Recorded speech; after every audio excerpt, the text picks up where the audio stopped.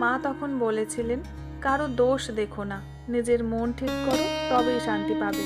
মা বলেছেন, কষ্টের মূল বাইরে নয়, কষ্টের মূল ভিতরে। আমরা কষ্ট পাই কারণ আমরা আশা করি।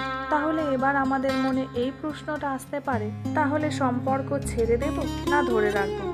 ঠাকুর এই প্রশ্নেরও এক অসাধারণ উত্তর দিয়ে গেছেন। জলে নৌকো থাকবে, কিন্তু নৌকোয় জল ঢুকলে ডুবে যাবে।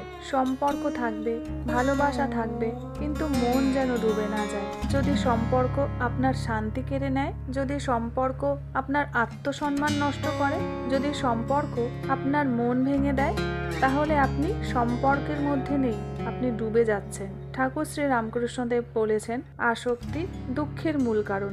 আমরা ভালোবাসি না, আমরা আসক্ত হই। ভালোবাসা শান্তি দেয় আর আসক্তি ভয় দেয়। দুটোর মধ্যে অনেক পার্থক্য।